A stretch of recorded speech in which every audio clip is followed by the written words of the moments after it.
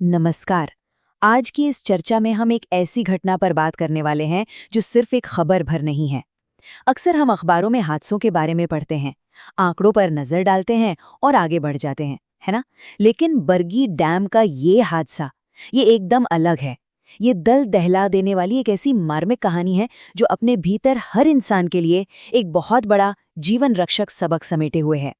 तो चलिए, बिना देर किए सीधे इस घटना की गहराई में चलते हैं और समझते हैं कि आखिर वहां हुआ क्या था। मौत भी उन्हें अलग नहीं कर पाई। जरा सोचिए इस लाइन के बारे में। ये सिर्फ एक जल दुर्घटना का नीरस विवरण नहीं है, बल्कि ये बेइंतहा प्यार और अकल्पनीय मानवीय त्याग की कहानी है।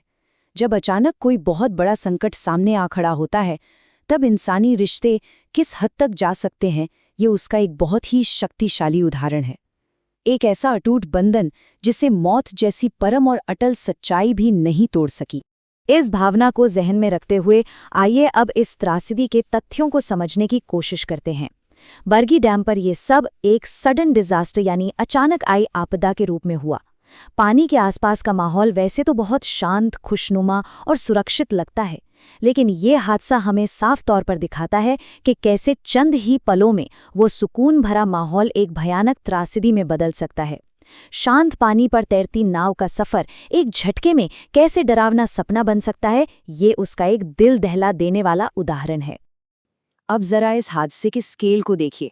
40, ये सिर्फ एक नंबर नहीं है, बल्कि उन अनमोल जिंदगियों की संख्या है जो उस वक्त उस नाव पर सवार थे। कल्पना कीजिए, एक ही नाव और उस पे करीब 40 लोग मौजूद थे। जानकारी के मुताबिक अचानक उस नाव का बैलेंस बिगड़ गया और वो पानी में पलटने लगी। इस अचानक हुए असंतुलन की वजह से नाव पर मौजूद कई लोग सीधे गहरे पानी में जा गिरे। ये सोचने वाली बात है कि कैसे पल भर की चूक और एक अचानक हुआ बदलाव इतने सारे लोगों को एक साथ मौत के मुहाने पर लाकर खड़ा कर देता है। और सच कहूं तो ठीक इसी मोड़ पर यह पूरी घटना सबसे ज्यादा रुला देने वाली बन जाती है। एक 3 साल का मासूम बच्चा और एक माँ का आखिरी आलिंगन। जब रेस्क्यू के दौरान पानी में लोगों की तलाश की गई, तो जो दृश्य सामने आया उसने सभी को अंदर तक झकझोर कर रख दिया। वो माँ और उसका नन्हा बच्चा एक दूसरे से कसकर लिपटे हुए मिले। इसका सीधा सा मतलब है कि गहरे पानी में डूबते समय जब सांस लेना भी नामुमकिन हो रहा होगा, अपनी आखिरी सांस तक उस माँ ने अपने बच्चे को सीने से लगाए रखा। अपनी जान की परवाह किए बिना उसका पूरा फोकस सिर्फ अपने बच्चे को बचाने पर था। ये एक ऐसा दृश्य है जो किसी को भी निशब्द कर दे और इस घटना की भयावहता को हमेशा के लिए दिलों में उकेर दे। इतने गहरे दुख और शोक को महसूस करने के बाद एक बहुत ही अहम और गंभीर सवाल मन में आता है। ऐसे हादसे आखिर होते क्यों हैं? अब इस भावुक कहानी से थोड़ा बाहर निकलकर हमें इस त्रासदी के पीछे के वास्तविक और व्यवस्थागत कारणों की निष्पक्ष पड़ताल करनी होगी। क्या यह सिर्फ किस्मत का खेल था या कुछ ऐसा था जिसे आसानी से रोका जा सकता था?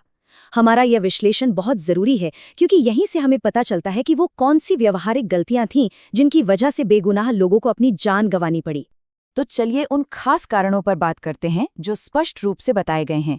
सबसे पहला बिंदु है ओवरलोडिंग, यानी नाव में क्षमता से ज्यादा लोगों का बैठा होना। एक ही नाव में 40 लोगों का वजन यकीनन उस नाव के बैलेंस के लिए एक बहुत बड़ा खतरा था। दूसरा सबसे घातक कारण, लाइफ जैकेट की कमी।